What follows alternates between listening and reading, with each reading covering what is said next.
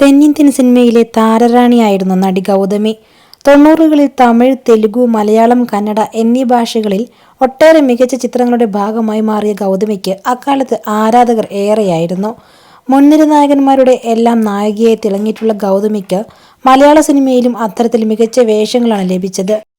മോഹൻലാൽ, മമ്മൂട്ടി, സുരേഷ് ഗോപി, ജയറാം എന്നിങ്ങനെ സൂപ്പർ താരങ്ങളുടെ നായികയായിട്ടാണ് ഗൗതമി അഭിനയിച്ചിരുന്നത്. ഹിസ്ഹൈൻസ് അബ്ദുള്ള, ധ്രുവം എന്നീ ചിത്രങ്ങളിലെ ഗൗതമിയുടെ വേഷങ്ങൾ അധികമാരും മറക്കാനിടയില്ല. എന്നാൽ സിനിമാ താരമായ ഗൗതമിയുടെ ജീവിതം ഒരു സിനിമാ കഥയെ വെല്ലുന്ന സംഭവബഹുലമായ കാര്യങ്ങൾ ഉൾപ്പെടുന്നതാണ്. നനച്ചിരിക്കാത്ത നേരത്തുള്ള ക്യാൻസറും കുടുംബജീവിതത്തിലെ പാളിച്ചകളും മാത്രമല്ല, കോടികളുടെ സാമ്പത്തിക തട്ടിപ്പിനും ഗൗതമി ഇരയായിട്ടുണ്ട്.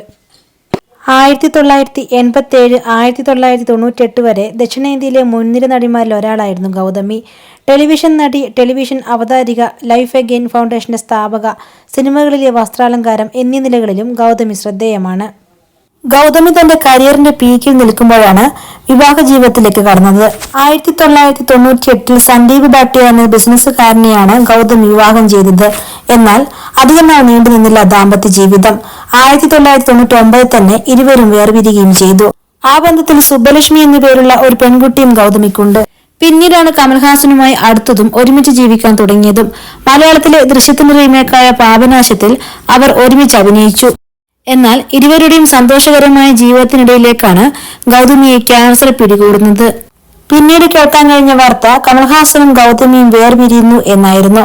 എന്നാൽ ഇരുവരും വേർപിരിയാൻ ഇടയായ കാരണം ഗൗതമി ഇതുവരെ വെളിപ്പെടുത്തിയിട്ടുമില്ല. എന്നാൽ കമൽഹാസന്റെ രാഷ്ട്രീയ ജീവിതത്തിൽ അത് വലിയ തിരിച്ചടിയാവുകയും ചെയ്തു.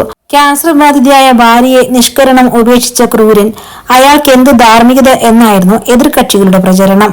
ഇതോടെ കമലിന്റെ MNK എന്ന പാർട്ടി ഒരു സീറ്റ് പോലും നേടാതെ തിരഞ്ഞെടുപ്പിൽ ദയനീയമായി പരാജയപ്പെടുകയായിരുന്നു. ഗൗതമി ക്യാൻസർ രോഗിയാണെന്ന് അവർ തന്നെയാണ് കണ്ടെത്തിയത്.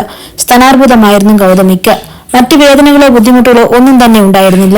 നേരത്തെ കണ്ടെത്തി ചികിത്സിച്ചാൽ പൂർണ്ണമായും ഭേദമാക്കാൻ കഴിയുന്ന അസുഖമാണ് ക്യാൻസർ എന്ന സന്ദേശമാണ് ഗൗതമിയുടെ ലൈഫ് അഗെയിൻ ഫൗണ്ടേഷനിലൂടെ നൽകുന്നത്. ഗൗതമിയുടെ രോഗത്തിന്റെ ചികിത്സയ്ക്കിടയിൽ 15 കോടിയോളം വില വരുന്ന വസ്തുക്കൾ ഒരു വിശ്വസ്തന്റെ പേരിൽ പവർ ഓഫ് അറ്റോർണി കൊടുത്തിരുന്നു.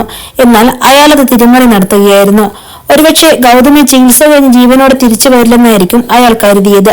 ആ വസ്തുക്കൾ തിരികെ പിടിക്കുന്നതിനായി ഗൗതമി ഒരുപാട് ഇടങ്ങളിൽ കയറിയിറങ്ങി.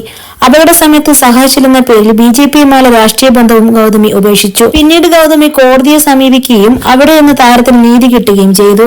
മകൾക്ക് 12 വയസ്സുള്ളപ്പോഴാണ് ഗൗതമിയെ രോഗം പിടികൂടുന്നത്. രോഗത്തിനിടയിലും അവർ മകൾക്ക് വേണ്ടി പോരാടാൻ തുടങ്ങി. അവരുടെ ദൃഢനിശ്ചയം, കരുളുറപ്പും അവർക്ക് ശക്തി പകർന്നു. ഗൗതമിയുടെ ഒറ്റൽ പോരാട്ടം വലിയ പാഠങ്ങളാണ്.